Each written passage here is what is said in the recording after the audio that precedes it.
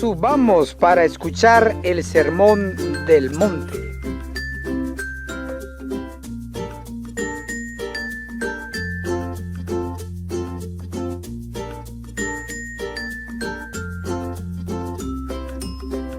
Cinco, 4, 3, 2, 1.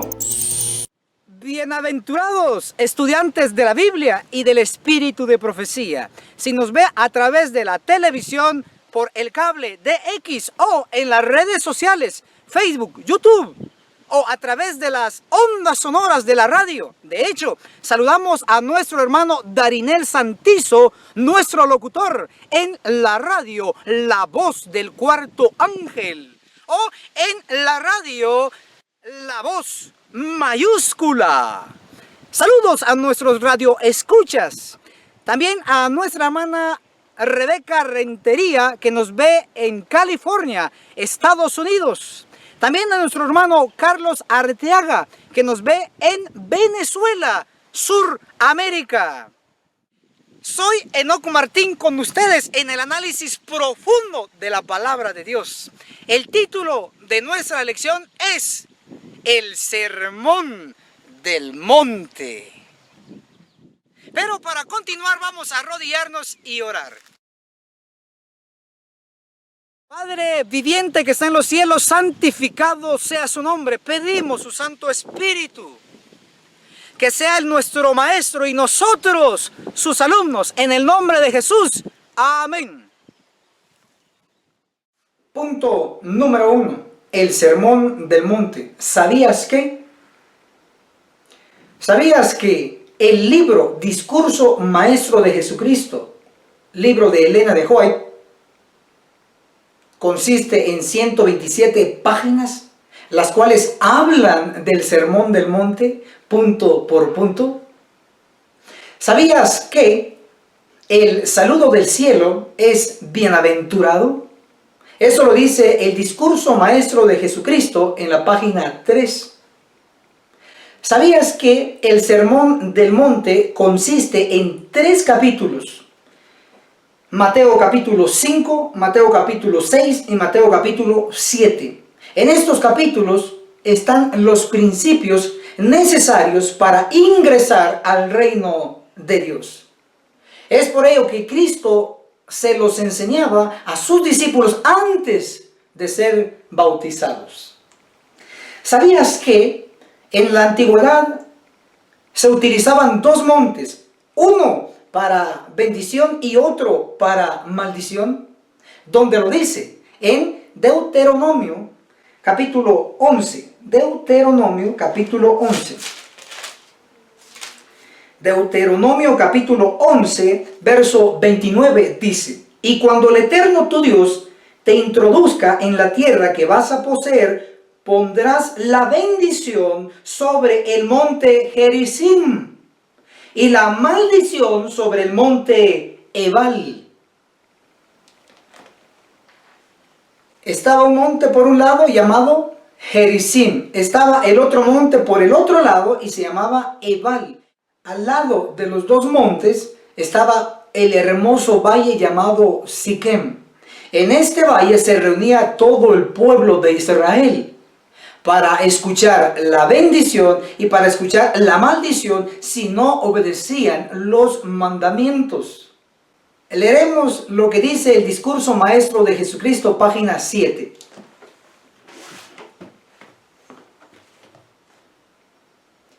Discurso Maestro de Jesucristo, página 7 dice: más de 14 siglos antes que Jesús naciera en Belén, los hijos de Israel estaban reunidos en el hermoso valle de Siquem. Desde las montañas situadas a ambos lados se oían las voces de los sacerdotes que proclamaban las bendiciones y las maldiciones. Veamos este ejemplo. ¡Oh Israel! Hoy pongo ante vosotros la bendición y la maldición. La bendición si obedecéis los mandamientos del Eterno vuestro Dios, que os prescribo hoy. Y la maldición si no obedecéis los mandamientos del Eterno vuestro Dios, y os apartáis del camino que os ordeno hoy para seguir a otros dioses que no habéis conocido. ¿Sabías que Gandhi era uno de los más devotos al Sermón del Monte? ¿Dónde lo dice? En la cartilla de Escuela Sabática, el libro de Mateo del segundo trimestre del 2016, dice: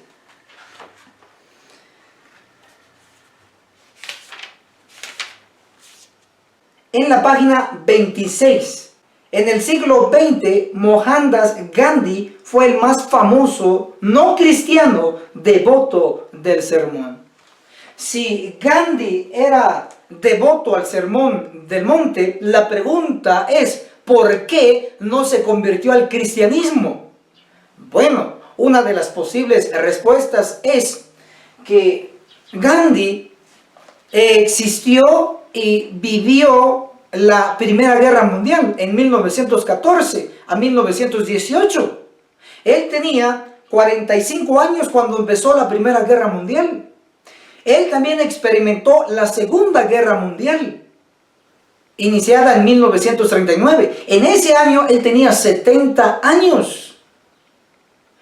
Él presenció que los cristianos en estas guerras se estaban matando unos a otros. El convertirse al cristianismo, él tenía que bajar sus normas para ser cristiano, porque los cristianos de aquel tiempo se estaban matando. De hecho, él tenía la teoría de no violencia. De hecho, liberó a su pueblo, a India. Liberó a más de 400 millones de personas hindúes con la teoría de no violencia, no portar armas, no espada. Así los liberó. ¿Cómo sabemos que él sí era devoto al Sermón del Monte? Bueno, para ello podemos leer Mateo capítulo 5, el verso 38 y 39. Acá está escrito el gran principio de no resistencia. Leámoslo. Oísteis que fue dicho a los antiguos, ojo por ojo y diente por diente. Verso 39. Pero yo os digo, no resistáis al malo. Antes, al que te golpee en tu mejilla derecha, vuélvele también la otra. Noten que Cristo dijo, no resistáis al malo. Acá está el principio de no resistencia. Gandhi aplicaba este principio en su vida. Por eso él tenía la teoría y defendía ese principio de no violencia, no espada, no armas. Por defender este principio, Gandhi estuvo 20 años en la cárcel. Por defender este principio, Gandhi en 1930, fue elegido como el personaje del año por la revista Time de Estados Unidos, de Norteamérica. Escuela Sabática Profundizada, Maestro Enoch Martín. Punto número 2. Creer, hacer y enseñar los mandamientos y estatutos.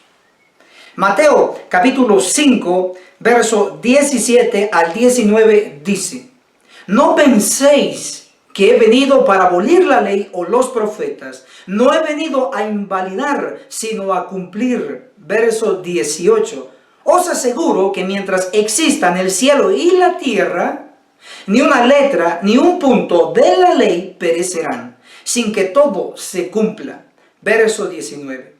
Por lo tanto, el que viole uno de estos mandamientos muy pequeños, así enseña a los hombres, muy pequeño será en el reino de los cielos. Pero el que los cumpla y los enseñe, ese será grande en el reino de los cielos. Mateo 5, verso 17 dice inicialmente: no penséis, implicando que los oyentes de Cristo de aquella ocasión pensaban que Cristo estaba anulando, estaba eliminando la santa ley. Sin embargo, Él fue claro al decir, no penséis que he venido a abolir o a eliminar la ley. No penséis. Fue claro en decirlo. Hoy en día también hay gente que piensa que Cristo eliminó la ley. Sin embargo, no eliminó la ley moral. Lo que necesitamos hacer todos es creer en las palabras de Cristo. San Juan, capítulo 5, el verso 46 dice, San Juan 5, verso 46. Porque si vosotros creyeseis a Moisés, me creeríais a mí, porque él escribió de mí. Entonces, no se puede creer en Cristo sin creer en Moisés. Y no se puede creer en Moisés sin creer en Cristo. La pregunta es, ¿cuánto debemos creer? La respuesta lo da la inspiración. En Lucas 24, 25 dice, entonces Jesús le dijo, oh simples y lentos de corazón para creer todo lo que anunciaron los profetas. ¿Cuánto hay que creer? Todo lo que han anunciado los profetas. Si debemos creer en todo lo que han anunciado los profetas, entonces bien haríamos en creer lo que dice Malaquías, capítulo 4, verso 4. Dice, acordaos de la ley de Moisés, mi siervo, a quien entregué en Horeb ordenanzas y leyes para todo Israel. La ley de Moisés consiste en tres partes. Número 1, la ley ceremonial o de sacrificios.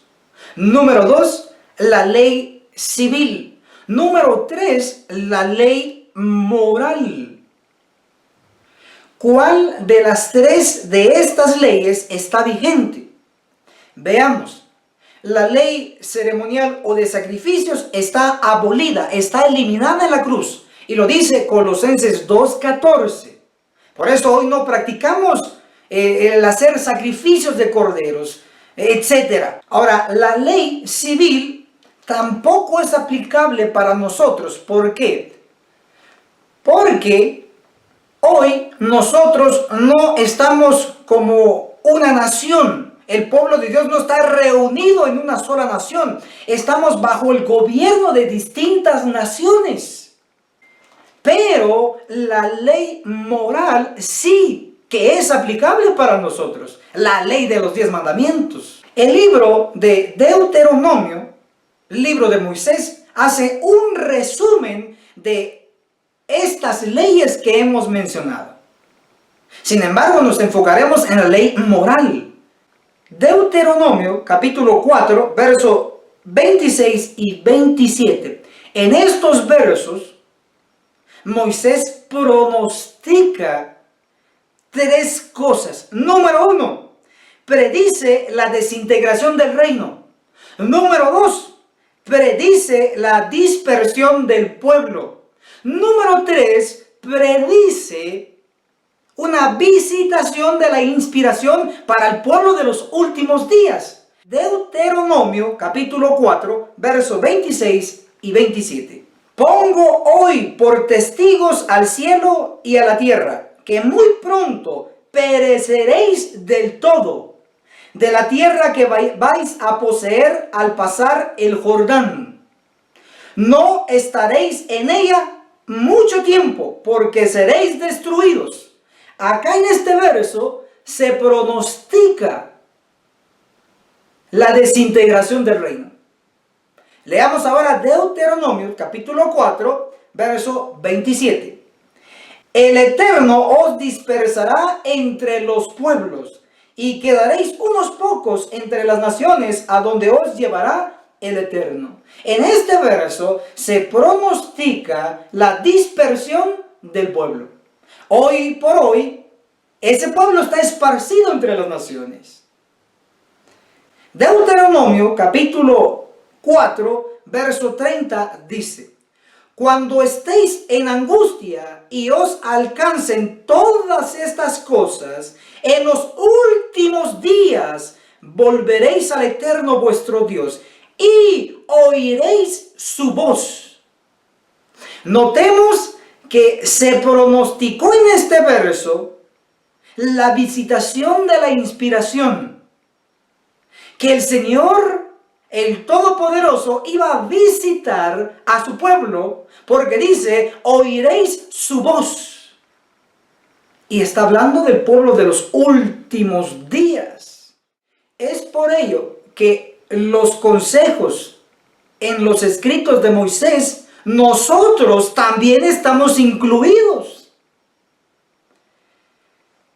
Si el pueblo antiguo perdió el reino por no obedecer los mandamientos y estatutos de Dios, hoy por hoy se puede recuperar el reino al guardar los mandamientos y los estatutos de Dios. En Deuteronomio capítulo 5, del verso 7 al verso 21, se mencionan los 10 mandamientos. Leamos Deuteronomio capítulo 5, verso 7. Dice, no tendrás otros dioses delante de mí. Está el primer mandamiento. Leamos Deuteronomio capítulo 5, verso 21. No codiciarás la esposa de tu prójimo, etcétera, etcétera, etcétera. Este es el último mandamiento de los 10. Sin embargo, existe una evidencia de que actualmente no se está escuchando la voz de Dios, no se están guardando los mandamientos de Dios. Leamos Deuteronomio capítulo 7, verso 12 y 15. Dice, entonces, por haber oído estos preceptos y haberlos guardado y puesto por obra, el Eterno tu Dios guardará contigo su pacto y su constante amor, que con juramento prometió a tus padres. Está hablando de mandamientos. Verso 15. El Eterno quitará de ti toda enfermedad y todas las malas plagas de Egipto que tú conoces. No las mandará contra ti, sino que las mandará contra los que te aborrezcan. Noten, por haber oído estos preceptos, estos mandamientos, se le dice al pueblo que él iba a quitar toda enfermedad y toda plaga que se mostró en Egipto. Pero el hecho que hoy el pueblo, el mundo está lleno de enfermedades, implica que se ha estado transgrediendo los mandamientos de Dios. Deuteronomio capítulo 11, verso 27 dice, la bendición si obedecéis los mandamientos del Eterno vuestro Dios que os prescribo hoy. Verso 28, y la maldición si no obedecéis los mandamientos del Eterno vuestro Dios y os apartáis del camino que os ordeno hoy, para seguir a otros dioses que no habéis conocido. Si guardamos los mandamientos de Dios, habrá bendición, habrá salud. Si no guardamos los mandamientos de Dios, habrá maldición, habrá enfermedad y como consecuencia final, la muerte. El hecho que hoy la gente está muriendo llenos de enfermedades implica que ha preferido la maldición en lugar de la bendición, solo por no guardar los mandamientos de Dios. Analizaremos un punto vital y es en conexión a los mandamientos y estatutos. Estatutos son normas, son ordenanzas, son reglas establecidas por Dios, aunque no están mencionadas directamente en los 10 mandamientos, son palabra de Dios que también debemos obedecer. Leamos lo que dice Deuteronomio, capítulo 5, verso 31 dice: y tú quédate conmigo y te diré los mandamientos. Son 10, 10. Y estatutos. Por lo general siempre nos hemos enfocado en los mandamientos. Y eso ha sido correcto. Sin embargo, también hace mención la palabra que también hay estatutos. Leamos algunos ejemplos. Dios es muy particular en cuanto a lo que su pueblo come. Por eso ha dado un estatuto. Leamos Deuteronomio capítulo 14. Deuteronomio capítulo 14, verso 3 dice: nada abominable comerás. Este es un estatuto que el pueblo adventista y el mundo ha ignorado. Dios tiene una reforma pro salud en nuestro favor. Es un estatuto.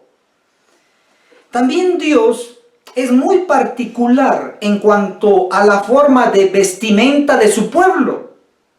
Leamos Deuteronomio capítulo 22, verso 5. Y dice: la mujer no vestirá ropa de hombre, ni el hombre ropa de mujer, porque es abominación para el Eterno tu Dios. Este es otro estatuto, ordenanza de Dios. ¿Cómo es eso que las mujeres hoy se están vistiendo con ropa de hombre y los hombres con ropa de mujer? Es por ello que hoy hay lesbianas, es por ello que hoy hay homosexuales.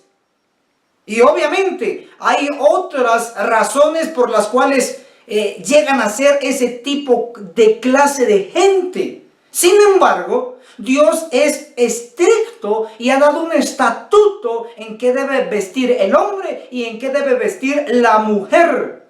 Deuteronomio capítulo 22, verso 6 dice: cuando encuentres en el camino, en algún árbol o sobre la tierra, un nido con pollos o huevos y la madre echada sobre ellos, no tomes a la madre con los hijos. Verso 7. Dejarás ir a la madre y podrás tomar los pollos para ti. Así te irá bien y prolongarás tus días. ¡Qué maravilloso! Dios quiere que su pueblo, nosotros, seamos amables, aún con los animales. Deuteronomio capítulo 22, verso 8 dice: cuando edifiques casa nueva, harás barandas a tu azotea, para no tener culpa de sangre sobre tu casa, si alguno se cae. Hasta Dios quiere que su pueblo no ponga trampas. Deuteronomio capítulo 22, verso 9 y 10 dice: no siembres tu viña con varias semillas, no sea que se pierda todo para el santuario, tanto la semilla que sembraste como el fruto de la viña. Verso 10. No ararás con buey y con asno juntos. Dios quiere que su pueblo labre, siembre con sabiduría. Esto es también estatuto del Señor. La Biblia consiste de historia y profecía. La historia nos muestra el pasado. La profecía nos muestra el futuro.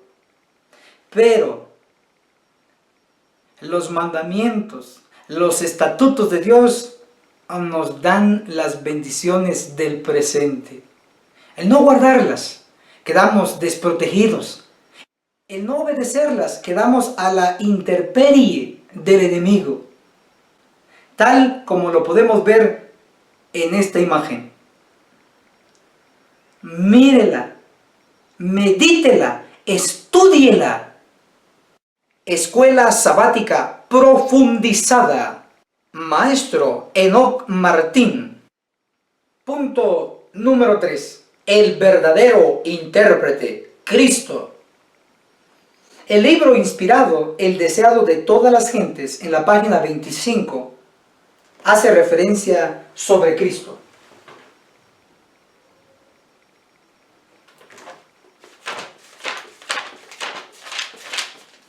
dice, debía venir el verdadero intérprete. Cristo debía venir. A Cristo se le llama el verdadero intérprete. Interesantemente, fue Cristo el que dio la ley a Moisés en el monte Horeb, en el monte Sinaí. Lo dice el libro inspirado de Patriarcas y Profetas, página 382. Dice así: Cristo no solo fue el que dirigía a los hebreos en el desierto, sino que también fue el que dio la ley a Israel. ¿Quién entregó la ley? ¿Quién dio la ley? Cristo. ¿Quién es el verdadero intérprete de la ley? Cristo. Éxodo capítulo 20, verso 13 dice, no matarás.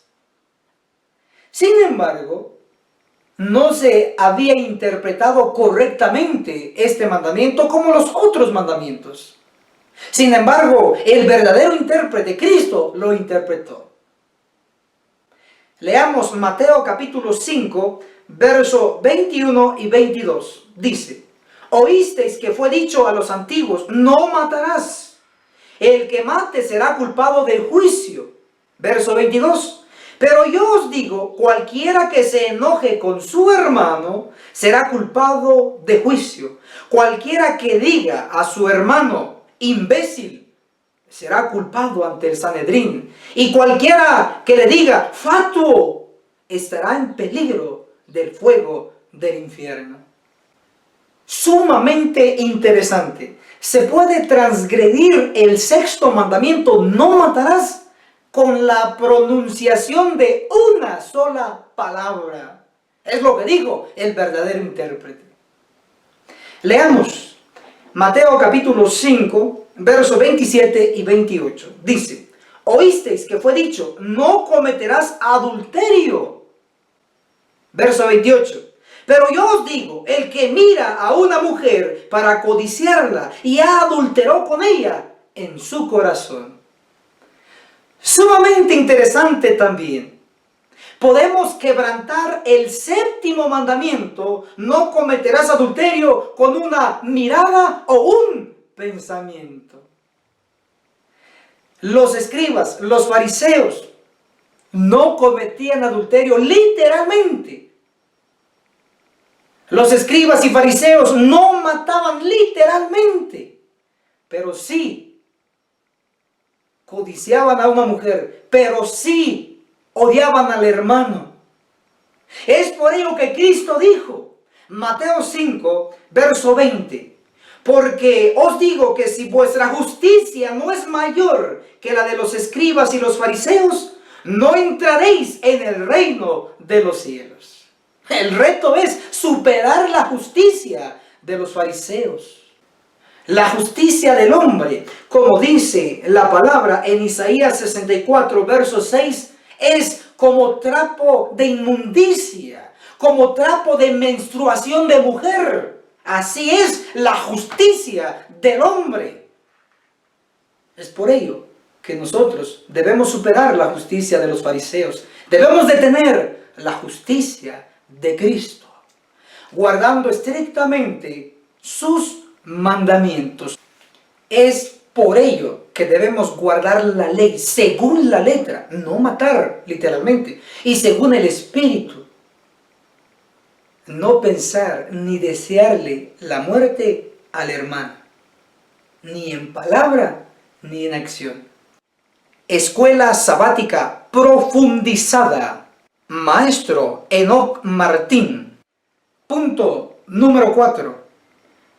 La casa, iglesia, no caerá. Mateo, capítulo 7, verso 24 y 25. Dice, en fin, todo el que oye estas palabras y las practica será como el hombre prudente que edificó su casa sobre la roca. Verso 25. Y descendió lluvia, vinieron torrentes, y soplaron vientos y dieron contra aquella casa, y no cayó, porque estaba fundada sobre la roca. Es evidente en estos versos que por practicar los principios que hemos analizado, la casa no caerá. En profecía, una casa representa a la iglesia, como lo sabemos. Primera de Timoteo, capítulo 3, verso 15, dice: y si tardo, para que sepas cómo conducirte en la casa de Dios, que es la iglesia del Dios vivo, columna y baluarte de la verdad. La casa representa a la iglesia. Si vivimos los principios que hemos escuchado del Sermón del Monte, entonces la casa, la iglesia, no caerá. Sin embargo, según la profecía de Ezequiel capítulo 9, los que no recibirán el sello del Dios vivo van a ser cortados, morirán. Sin embargo, habrá sobrevivientes, los sellados. Es por ello que Cristo dice: vino lluvia, vino torrentes, vinieron vientos y la casa no cayó, no caerá. La iglesia permanecerá firme, única y exclusivamente con sus miembros fieles. ¿Cómo sabemos sobre la purificación de la iglesia? Les recomiendo el libro Eventos del Tiempo Final, como lo pueden ver acá. Este es el libro, este es el libro Eventos del Tiempo Final, cartas y manuscritos de Elena de White. En la página 471 dice: estudia el capítulo 9 de Ezequiel. Estas palabras se cumplirán literalmente. Con todo, el tiempo está pasando y el pueblo está dormido. Si usted no tiene este libro en su biblioteca, escríbanos acá abajo en los comentarios y solicítelo y le enviaremos una copia. Escuela Sabática Profundizada, Maestro Enoc Martín. Punto número 5. El reino premilenario. El discurso maestro de Jesucristo en la página 10 nos da una luz especial. Dice: presintiendo que podían esperar algo más que lo acostumbrado, rodearon ahora estrechamente a su maestro. Creían que el reino iba a ser establecido pronto, y de los sucesos de aquella mañana sacaban la segura conclusión de que Jesús iba a hacer algún anuncio concerniente a dicho reino. Un sentimiento de expectativa dominaba también a la multitud, y los rostros tensos daban evidencia del profundo interés sentido.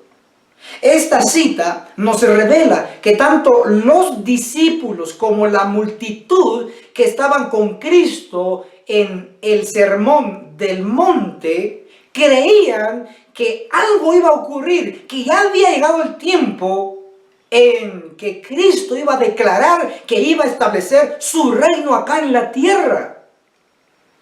Sin embargo, el reino no era para el tiempo de los discípulos y la multitud.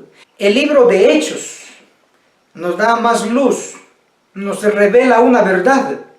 Hechos capítulo 1, versos 6 y 7 dice: entonces los que se habían reunido le preguntaron: Señor, ¿restituirás el reino a Israel en este tiempo?